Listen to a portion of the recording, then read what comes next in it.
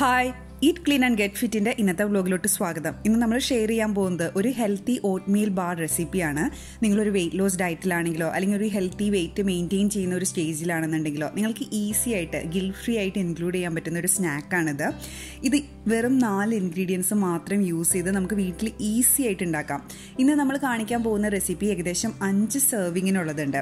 അപ്പോൾ ഒരു സെർവിങ്ങിന് ഏകദേശം 121 കാലറീസ് ആണുള്ളത്. ഇത് ഉണ്ടാക്കാൻ വെറും 4 ഇൻഗ്രീഡിയൻസ് മാത്രം മതി. അപ്പോൾ നമുക്കിത് എങ്ങനെയാണ് ഉണ്ടാക്കുന്നതെന്ന് കണ്ടു നോക്കാം.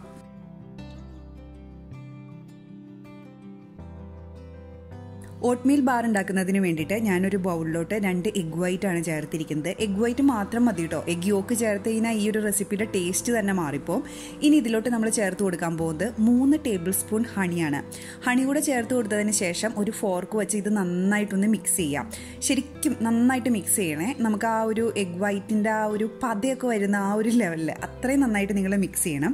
ഇത്രയും മിക്സ് ചെയ്തതിന് ശേഷം നമ്മൾ ഇനി ഇതിലോട്ട് ചേർത്ത് കൊടുക്കാൻ പോകുന്നത് 1.25 കപ്പ് ഇൻസ്റ്റൻറ്റ് ഓട്സ് ആണ്.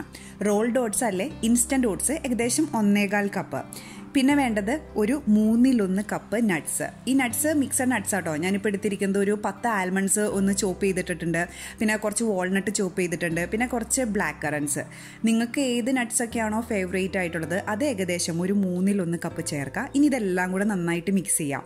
ആകെ എഗ് വൈറ്റ് ഇതിലുള്ള എല്ലാ ഓട്സിൻ്റെ ഭാഗത്തും എത്തുന്ന രീതിയിലൊന്ന് ശരിക്കും മിക്സ് ചെയ്യാം. മിക്സ് ചെയ്തതിന് ശേഷം ഞാൻ ചെറിയൊരു ബേക്കിംഗ് ട്രേ എടുത്തിട്ടുണ്ട്. കാരണം നമ്മൾ വളരെ കുറച്ച് പോർഷനല്ലേ ഉണ്ടാക്കുന്നുള്ളൂ. അപ്പോൾ ഒരു ചെറിയ ബേക്കിംഗ് ട്രേ ആണ് എടുത്തിരിക്കുന്നത്. ഇതിൻ്റെ മേളിലൊരു ബേക്കിംഗ് പേപ്പർ വെച്ചിട്ടുണ്ട്.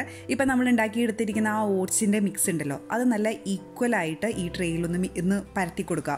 അപ്പം നിങ്ങളൊന്നൊരു സ്പൂൺ വെച്ച് അതൊന്ന് പ്രസ് ചെയ്ത് കൊടുക്കാനും മറക്കരുത് കേട്ടോ. ഇപ്പോൾ അതേ ഇത് ഞാൻ നന്നായിട്ടൊന്ന് പ്രസ് ചെയ്ത് എടുത്തേക്കുന്നതാണ്.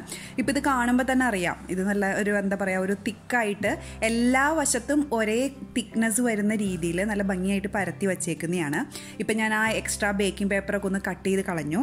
ഇനി 180 ഡിഗ്രി സെൽഷ്യസിൽ 10 മിനിറ്റ് പ്രീഹീറ്റ് ചെയ്ത അവനിലോട്ട് നമുക്കിത് മാറ്റാം. ഇത് ഇനി എത്ര നേരം കുക്ക് ചെയ്യണമെന്നുള്ളത് നമുക്ക് ഈ ഓട്ട്മീൽ ബാറിൻ്റെ ആ മുകൾ ഭാഗം ഒരു ഗോൾഡൻ കളറിൽ നമുക്കത് മനസ്സിലാവും. അത് കാണുമ്പോൾ ഒരു ഗോൾഡൻ കളറിൽ വരത്തക്ക രീതിയിൽ. അപ്പോൾ എനിക്ക് ഏകദേശം ഒരു 25-30 മിനിറ്റോളം അവൻ്റെ അകത്ത് വയ്ക്കേണ്ടി വന്നു കേട്ടോ. ഇനി അതിന് ശേഷം അത് പുറത്തേക്ക് എടുത്ത് വയ്ക്കുക. ഇനി ഇതൊന്ന് ചൂടാറട്ടെ.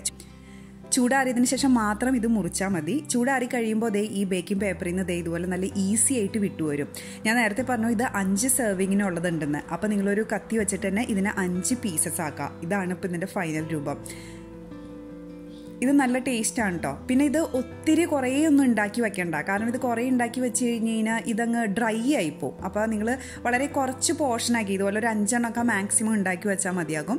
അപ്പോൾ നമുക്ക് അധികം ഡ്രൈ ആവാതെ ഇത് നെക്സ്റ്റ് ഡേ അല്ലെങ്കിൽ ഒരു 2 ദിവസം വരെ കഴിയുന്നത് വരെ നമുക്കിത് ഉപയോഗിക്കാൻ പറ്റും. ഇത് അത്യാവശ്യം ടേസ്റ്റിയൊക്കെയാണ്. അപ്പോൾ നിങ്ങളിത് ട്രൈ ചെയ്യുന്നുണ്ടെങ്കിൽ നിങ്ങളുടെ കമൻസും ഫീഡ്ബാക്കും ഷെയർ ചെയ്യാൻ മറക്കരുത്.